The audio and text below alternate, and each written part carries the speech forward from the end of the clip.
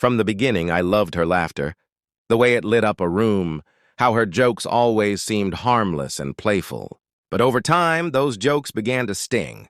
At first, I brushed them off, telling myself she didn't mean them, just teasing. "You're too sensitive. Learn to take a joke," she would say with that teasing smirk, usually after insulting me in front of friends or family. And I tried. I really did. I swallowed the hurt, laughed it off, and pretended it didn't bother me. But the barbs kept coming. In restaurants, she would mock my choices, my appetite, the way I pronounced words. At parties, she would belittle my career, comparing me to colleagues I barely knew.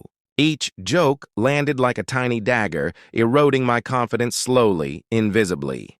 People laughed, thinking she was funny. And I laughed too, but inside, the anger and hurt churned. There was no malice in me. I just wanted her to see me, to respect me, to understand that love doesn't thrive on humiliation.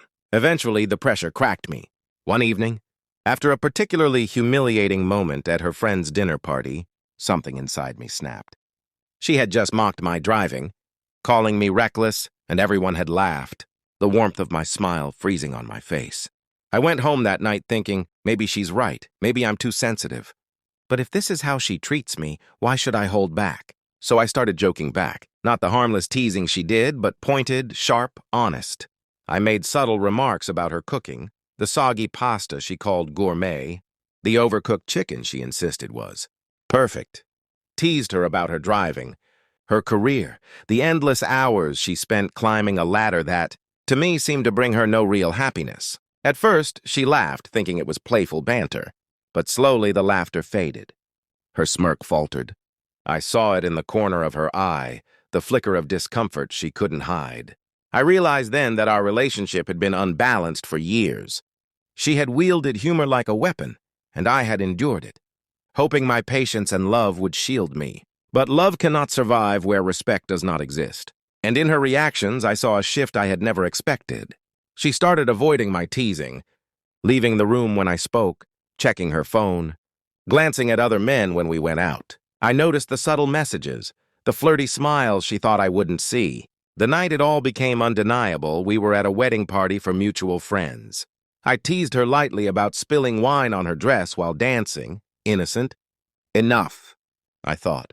But she glared at me, distant and cold. Later, I saw her talking closely with a man I didn't know, laughing in a way I hadn't heard in years. Something in the pit of my stomach twisted. That's when I realized it wasn't just jokes or harmless flirting. There had been something underneath the surface all along. Something I hadn't seen because I was too wrapped up in defending myself, in enduring humiliation with a smile. Back at home, I confronted her. Her initial reaction was defensiveness, laughing it off as nothing, serious. But I could see the truth in her hesitation, the tiny cracks in her story. I felt a mix of rage, betrayal, and sorrow so intense it was physical.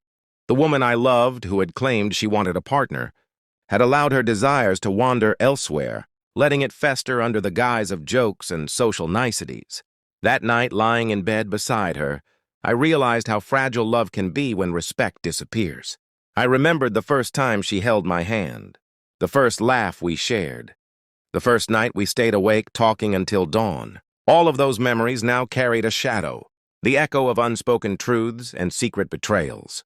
The jokes, the laughter, even the love. It had all been weaponized in ways I never imagined. I didn't know if we could rebuild what was broken. Trust, once fractured, leaves fragments that cut with every touch. I loved her still, but love alone could not heal the wounds of humiliation, deceit, and emotional infidelity. I understood then that sometimes endurance and patience are not virtues. They are the quiet enablers of betrayal. And the hardest part wasn't the jokes she made or the man she laughed with. It was realizing that I had allowed myself to be invisible for years, hidden behind a mask of sensitivity while she walked a path I could no longer follow. From that moment, I began to reclaim my voice, my dignity, and my boundaries. I learned that love is not a shield against humiliation, and laughter is not always harmless. Some jokes leave scars, and some people choose cruelty under the guise of humor. And perhaps the most painful truth of all, you cannot fight for someone who has already chosen to fight elsewhere.